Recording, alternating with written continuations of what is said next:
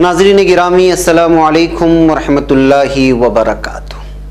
میں ہوں آپ کا میزبان انصار عزیز ندوی، اور آپ اس وقت میرے ساتھ دیکھ رہے ہیں سیدھی بات۔ ناظرین، تہذیب حافی ایک شاعر ہیں پڑوسی ملک کے۔ انہوں نے پتہ نہیں کس کو تصور میں لے کر یہ اشعار کہے تھے یا پھر غزل کہی تھی، مگر میں چاہتا ہوں ماہ رمضان کی آمد اس کٹھن مرحلے میں دیکھتے ہوئے گزرے ہوئے رمضان کے ایام کو تصور میں لوں اور حالیہ دلی احساس کا بیان کچھ اس انداز میں کروں کہ لبوں سے لفظ جھڑے، آنکھ سے نمی نکلے، کسی طرح تو میرے دل سے بے دلی نکلے۔ میں چاہتا ہوں پرندے رہا کیے جائیں، میں چاہتا ہوں تیرے ہونٹ سے ہنسی نکلے، میں چاہتا ہوں کوئی مجھ سے بات کرتا رہے، میں چاہتا ہوں کہ اندر کی خاموشی نکلے، میں چاہتا ہوں مجھے طاقچوں میں رکھا جائے، میں چاہتا ہوں جلوں اور روشنی نکلے، میں چاہتا ہوں تیرے ہجر میں عجیب ہو کچھ، میں چاہتا ہوں چراغوں سے تیرگی نکلے، میں چاہتا ہوں تجھے مجھ سے عشق ہو جائے، میں چاہتا ہوں کہ صحرا سے جل پری نکلے، میں چاہتا ہوں مجھے کوئی درد دان کرے، شدید اتنا کہ آنسو ہنسی خوشی نکلے۔ ناظرین، آج ماہ رمضان آپ لوگوں سے مخاطب ہے اور بڑے درد و کرب کے ساتھ وہ کہنا چاہتا ہے، آپ سے پوچھنا چاہتا ہے مسلمان سے کہ اے مسلمان، کبھی تو نے تصور بھی کیا تھا کہ تو میرا استقبال اس انداز میں کرے گا کہ مسجد کے دروازے بند ہوں گے، نہ مسجدوں کے باہر چراغاں، نہ مسجد کے اندر تلاوت قرآن کی میٹھی و لذت بھری آواز، مسجد میں تراویح کے دوران نہ بچوں کی وہ آوازیں، نہ افطاری میں سجے وہ دسترخوان کا منظر، نہ بازاروں میں رونقیں، نہ کھجور کی منڈیوں میں خریداروں کی آوازیں، نہ علماء و مدارس کی وہ دوڑ، نہ مسجد کے باہر رمضانی بازار کے منظر۔ گھر میں عید کے لیے کیا خریدے اور کیا نہ خریدے کی باتیں، نہ نئے نئے ڈیزائن کپڑوں کی بازار میں آمد کی باتیں۔ کہاں ہے ان کروڑہا حفاظ کرام کی آوازیں جو ایک ریاست سے دوسری ریاست، ایک ملک سے دوسرے ملک، ایک گاؤں سے دوسرے گاؤں سینکڑوں کلومیٹر کا سفر طے کر کے نمازیوں کی، روزے داروں کی تشنگی مٹانے آتے تھے؟ سب بند ہے۔ اپنے اپنے گھروں میں ایک بیماری نے تمہیں اتنا لاچار کیا کہ وقت کے سپر پاور گھٹنے ٹیکنے پر مجبور ہو گئے۔